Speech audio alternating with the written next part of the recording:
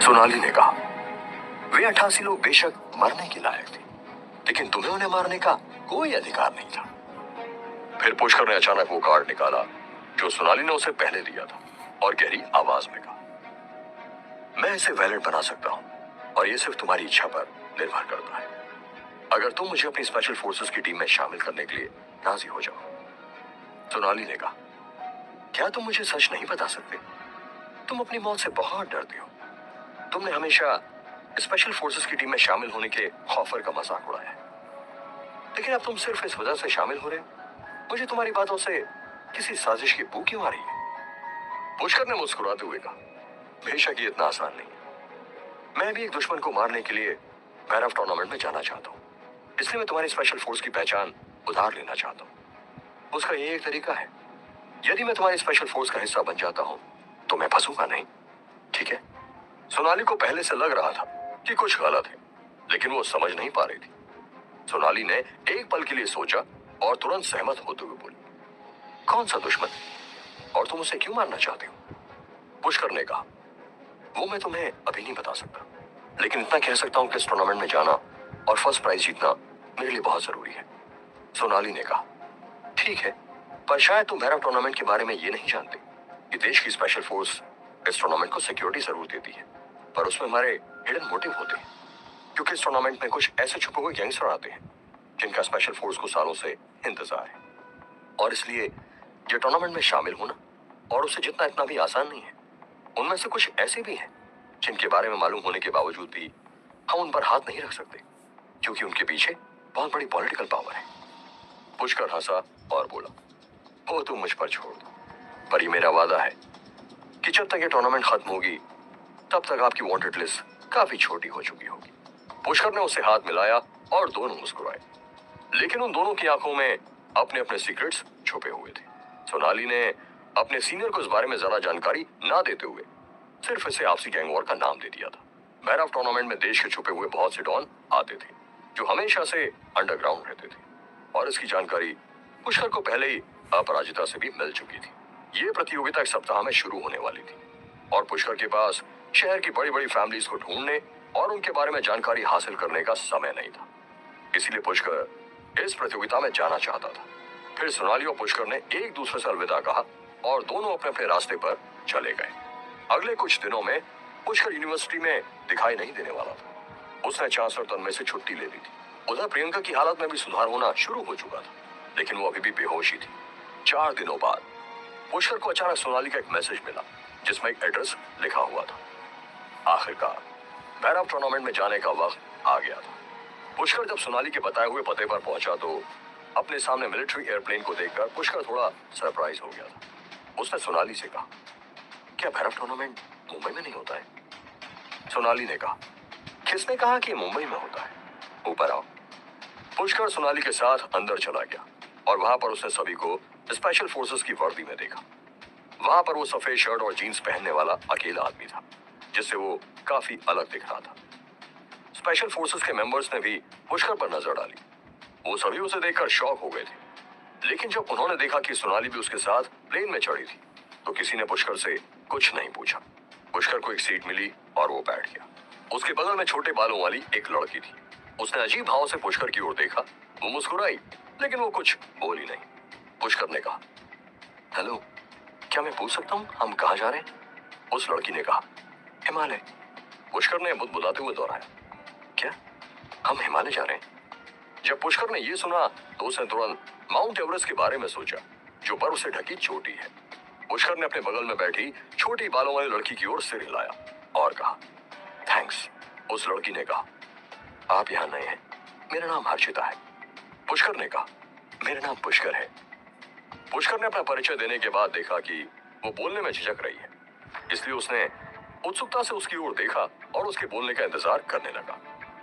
हर्षिता ने चारों ओर देखा और फुसफुसाते हुए कहा, बेहतर होगा कि आप बैठने के लिए दूसरी जगह ढूंढ लें, आप यहाँ नहीं बैठ सकते।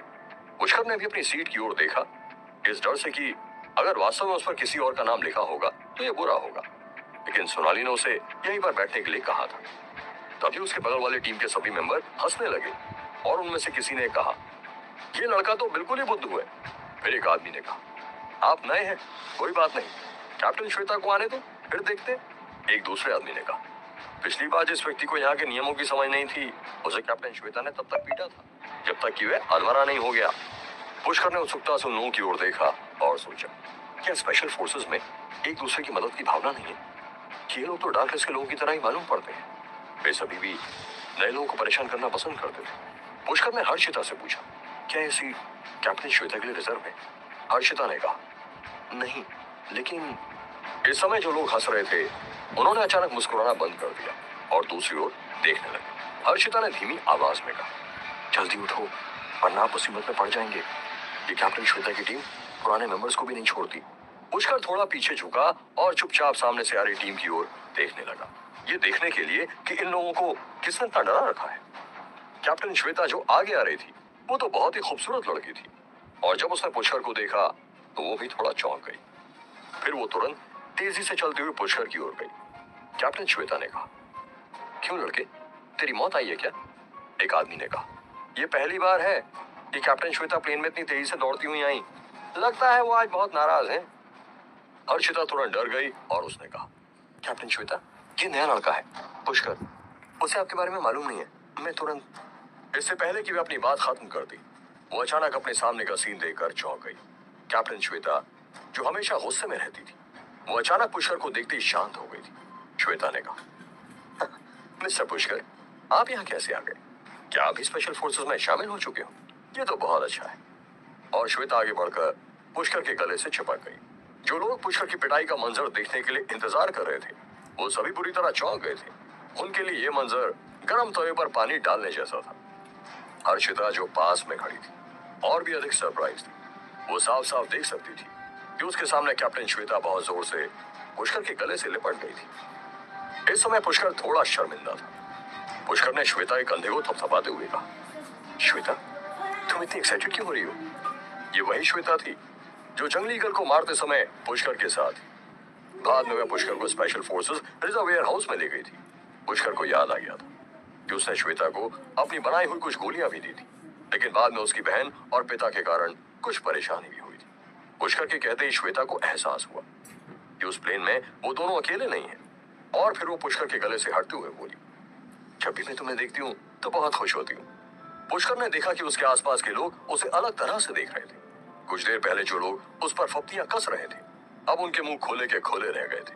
पुष्कर ने थोड़ी सी भौहें सिकोड़ी और श्वेता की ओर देखा। तभी पुष्कर के कुछ कहने से पहले ही श्वेता ने कहा, पुष्कर, चलो मैं तुम्हें फर्स्ट क्लास कैबिन में ले चलती हूँ।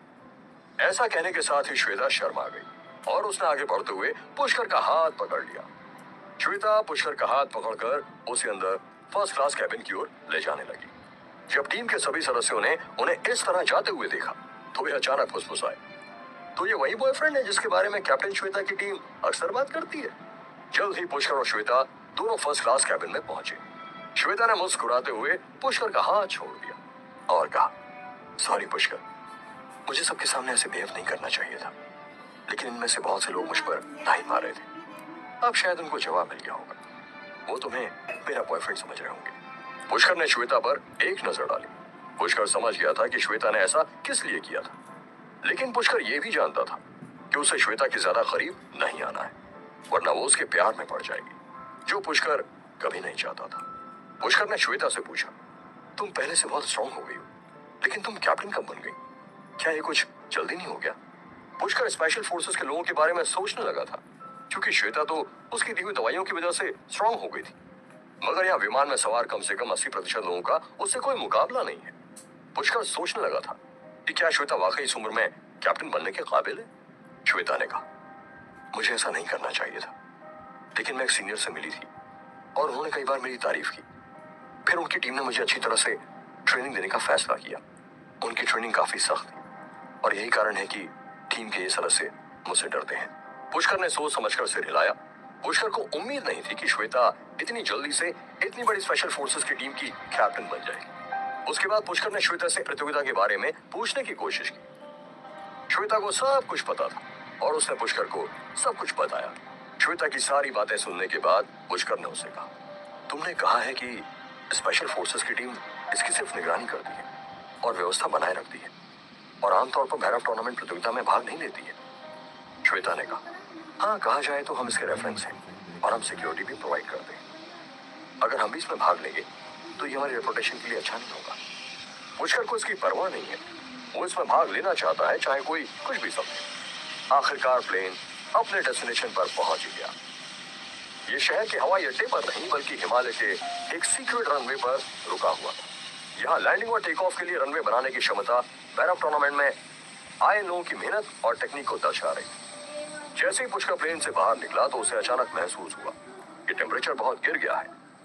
दूर से देखने पर उसे वास्तव में एक बर्फ जैसी सफेद पर्वत श्रृंखला दिखाई दे रही थी। हिमालय पूरे वर्ष बर्फ से ढका रहता है। यहाँ पर हड्डियां कपकपाने वाली ठंड होना लाजमी है। पुष्कर उन पर्वतों को देखकर कुछ सोच ही रहा था कि तभी श्वेता उसके पास आई और बोली, पुष्कर चलो आराम करने के अड्डे पर चलते हैं और फिर हम बर्फ टूर्नामेंट में जाएंगे। जब पुष्कर वहां पहुंचा तो उसने देखा कि उस अड्डे पर सभी मॉन्क मोटे कपड़े पहने हुए हैं और उनमें से कई दूर पर्वत की चोटियों की ओर घुटने टेक कर प्रार्थना कर रहे हैं। पुष्कर और श्वेता दोनों बातें कर रहे थे और हंस रहे थे और चलते चलते वो दोनों एक मंदिर में चले गए। वो एक बौद्ध मंदिर था जहां बहुत से लोग मार्शल आर्ट्स प्रैक्टिस कर रहे थे। श्वेता तुम बहुत स्लो हो। अचानक सामने से किसी ने श्वेता को आवाज दी और 5 लोग तेजी से उनकी ओर आए। उनमें से खूबसूरत लड़की भी थी जिसकी शक्ल कुछ कुछ श्वेता से मिलती जुलती थी। पुष्कर ने उसे पहचान लिया था। श्वेता ने उस लड़की से कहा, मुझे थोड़ा टाइम लग गया बहन, क्या तुम्हें याद है ये कौन है? श्वेता ने पुष्कर की ओर इशारा करते हुए अपनी सिस्टर से कहा। अक्षिता ने पुष्कर की ओर घूर कर देखा और उसने पुष्कर का मजाक उड़ाते हुए कहा, अरे तुम यहाँ क्या करने आए हो? अक्षिता को अभी भी वो बेइज्जती याद थी जो पुष्कर ने भरी बस में उसके साथ की थी। पुष्कर भैरव टूर्नामेंट प्रतियोगिता में हिस्सा क्यों लेना चाहता था? क्या उसका कोई और मकसद था? जानने के लिए सुनते रहिए ये एक्साइटिंग कहानी सिर्फ पॉकेट एफएम पर।